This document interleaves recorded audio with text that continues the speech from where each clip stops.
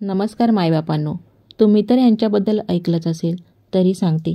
आर्या चव्हाण, वय 12 वर्ष. ती जगाला अजून ओळखायलाही शिकली नव्हती की त्या नीच नराधमाने अशा अंधारात ढकललं जिथून कोणताही प्रकाश परत येत नाही.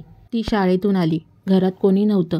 तिला कल्पना पण नव्हती की आज, आत्ता, ह्या क्षणाला तिच्यासोबत इतकं वाईट होईल. ती नेहमीप्रमाणे शाळेतून आल्यावर कपडे बदलत असताना तो आला. ती घाबरली, खूप घाबरली. ती त्याला प्रतिकार करू लागली. म्हणून त्याला राग आला. त्याने अत्याचार करून जातं टाकून तिला मारले. तिचं स्वप्न होतं तिला खूप शिकून इंजिनियर व्हायचं होतं.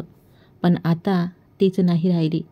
आणि आता तिच्यासारखीच ती यज्ञा, जिने आपल्या चिमुकल्या हातांनी खेळणी धरून खेळायला, आपल्या बोबड्या बोलाने चिमुकल्या पावलांनी दुडू धावून घराचे नंदनवन केले. तिचं वय फक्त 4 वर्ष. यज्ञा बाळ. फोटोतील तिचं निरागस हसू जगातील कोणत्याही कठोर माणसाचं मन मऊ करू शकेल असं. तिला तर चांगलं वाईट हे शब्दही कळत नव्हते. तिच्या डोळ्यात अजून फक्त खेळ, इकडून तिकडून बागडणं, आईबाबांच्या कुशीत विसावा घेणं हेच काय त्या छोट्या बाळाला माहीत.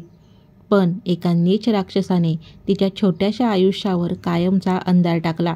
त्या छोट्या जीवाला चॉकलेट देत तिला घरात नेलं. ते निरागस बाळ त्याच्यासोबत गेलं का, तर तो तिच्या शेजारचा, ज्याला ती तिच्या बोबड्या बोलाने त्याला दादा म्हणत. पण त्या जीवाला काय माहीत आपल्यासोबत काय होणार. त्या कुत्र्याने त्या जीवावर अत्याचार करून तिला ठेचून मारलं. किती यातना झाल्या असतील त्या बाळाला. समाज तर त्या नराधमाला सोडणारच नाही जर हाती लागला. पण सरकारला एकच विनंती, त्याला सोडून देऊ नका. गुन्हेगाराला वेळ दिला की तो पुन्हा नवीन शिकार शोधतो. एखाद्याला कठोर आणि जलद शिक्षा झाली तर पुढचा गुन्हा घडण्याआधी गुन्हेगार 10 वेळा विचार करेल.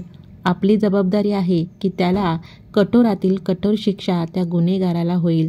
फाशी न देता फाशीच्या जागी त्याला बांधून भयंकर वेदना द्याव्यात. त्याचे हातपाय तोडून, लिंग छाटून त्याचे तुकडे तुकडे करावेत.